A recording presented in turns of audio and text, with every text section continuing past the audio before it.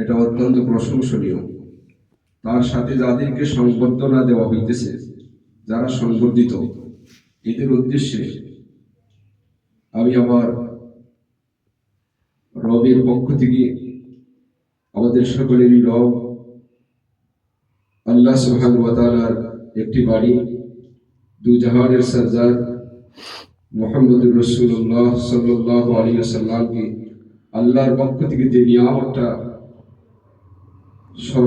সব থেকে অধিক এবং বিশেষ নিয়ামতে ভূষিত করা হয়েছিল, এটা সম্পর্কে আল্লাহ বলছেন, ওয়া আল্লামাকা মা লাম তাকুন তা'লাম, নবী আপনাকে আপনার রব যা জানিয়েছেন আপনি যা জানতেন না।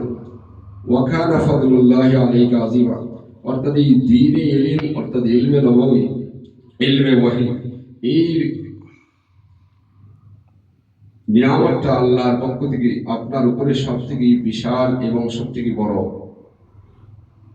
এখন রাসূল করিম সাল্লাল্লাহু আলাইহি ওয়াসাল্লামকে অন্য আয়াতে সূরাতুল বাকারাতে আল্লাহ সুবহানাহু ওয়া তাআলা যারা ইলম অর্জন করবেন, তাফসীরে জালালাইনের মধ্যে ব্যাখ্যাটা আছে, যারা ইলম অর্জন করলেন এদেরকে আল্লাহ সুবহানাহু ওয়া তাআলা নবীর মাধ্যমে সতর্ক করে দিতেছেন, ওয়ালাইনিত তাবাতা, নবী সাময়িকভাবে যদি আপনি অনুসরণ করেন ভ্রান্ত মতবাদের, তাগুতি শক্তির, জালিমদের, ওয়ালাইনিত তাবাতা আহওয়াহুম, তাদের মন গড়া মতবাদের যদি আপনি অনুসরণ করেন, ইন্নাকা ইযাল লামিনাদ যালিমিন, আপনি হয়ে যাবেন জালিমদের অন্তর্ভুক্ত। আল্লাহর রাসূলকে আল্লাহর পক্ষ থেকে কত বড় সতর্কবাণী। ওই আয়াতের ব্যাখ্যাতে জালালাইন শরীফের মধ্যে ইলম শব্দটার ব্যাখ্যাতে লিখছেন ইলমুল ওয়াহী, মানে আল ওয়াহী। আমরা যারা সংগঠিত হব তাদের প্রতি আমার বিশেষ আবদার, জাতিকে এগিয়ে নিতে হলে আপনাদের ভূমিকা, জাতি আপনাদের দিকে তাকিয়ে আছে। ইমাম মুহাম্মদ ইবনে হাসান আশ-শাইবানী রাহমাতুল্লাহ আলাইহি প্রশ্ন করেছিল, হযরত আপনি কতটুকু সময় ঘুমান? আপনি তো মনে হয় ঘুমান না। তিনি জবাব দিতেছেন, জাতি আমার কাছে আমাকে চৌকিদার মনে করে জাতি ঘুমাইতেছে, আমি জাতির খেদমতের জন্য আমার ঘুমকে বিসর্জন দিছি। এ কারণে কথিত ওলামায়ে কেরাম, হুফাজদেরকে, আলেমকে আমার পক্ষ থেকে বিশেষ আবদার থাকবে যে সমাজকে এগিয়ে নিতে হলে, আমরা স্কুলের প্রধান শিক্ষক অত্যন্ত সুন্দর মূল্যবান উপদেশ দিয়েছেন যে সমাজকে এগিয়ে নিতে হলে ওলামায়ে কেরামের ভূমিকা অপরিহার্য। ওলামায়ে কেরাম, আমি যদি মনে করি যে শুধুমাত্র আমাকে টুপি এবং পাঞ্জাবি পরে আমার মুখে দাঁড়িয়ে রেখে আমি একজন আলেম হয়ে গেলাম, আমার নামের শুরুতে আলেম রেখে রাখলাম, মানুষ আমাকে সম্মান করবে, আমার কাজে আমাকে মূল্যায়ন করবে, আমি জাতির জন্য কতটুকু ফিকির করতেছি। সর্বোপরি আমি আলিম না, আলিমের সাথে আমি আমিল, আলিমের সাথে আমাকে আমিল হতে হবে। আমাকে আলিমের সাথে যদি আমিল হই তাহলে আমি এগিয়ে যাব।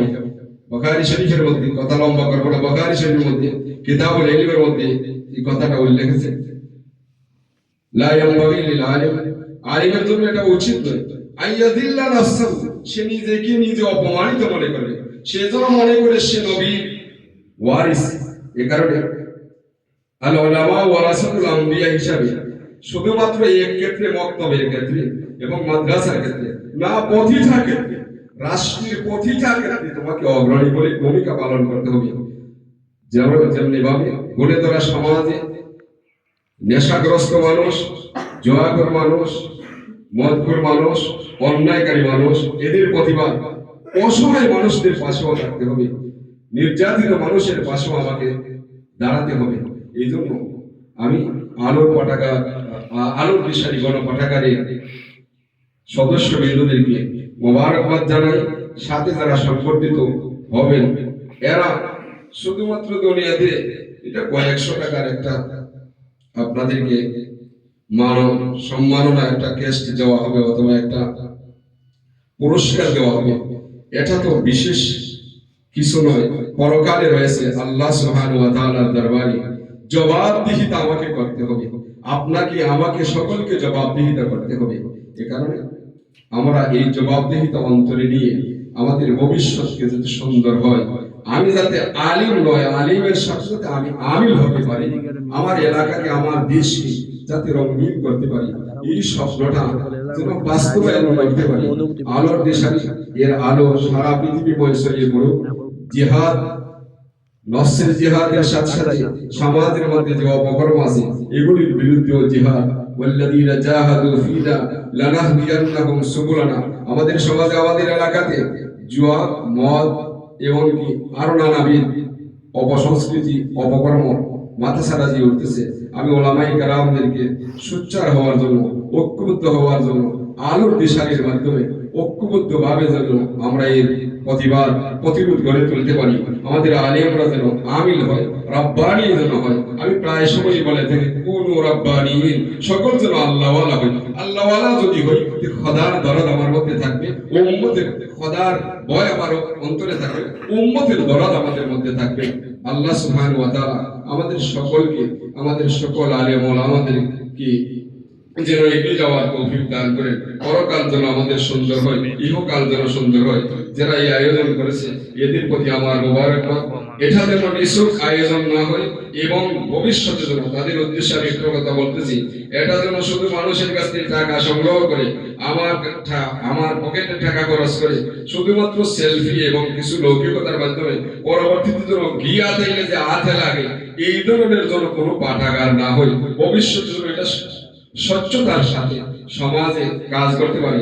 দুর্নীতির উপরে থেকে শুধুমাত্র বড় লোকদের কাছ থেকে টাকা সংগ্রহ করলো, মক্তব ব্যক্তির কিছু চকলেট বিতরণ করলো, আর পরবর্তীতে ওলামায়ে কেরামদেরকে নিয়ে বললো অনেক কাজ করতেছে, এ ধরনের যেন না হয়। হাকিকত যেন, এর প্রকৃত খেদমত যেন ইখলাস এবং লিল্লাহিয়তের জন্য যেন হয়। রাজনৈতিক প্রভাব থেকে যেন সংগঠনটা মুক্ত থাকে। আমাদের সকলকে যেন আলোর দিশারি পাঠাগার আলো দেখাতে পারে। আল্লাহ সুবহানাহু ওয়া তাআলা আমাদেরকে তৌফিক দান করুক। আমাদের এই সদস্যগুলিদেরকে যেন কবুল করে আরো যেন দিন দিন এটা সমৃদ্ধ হয়। ওয়া আখিরু দাওয়ানা আলহামদুলিল্লাহি রাব্বিল আলামিন।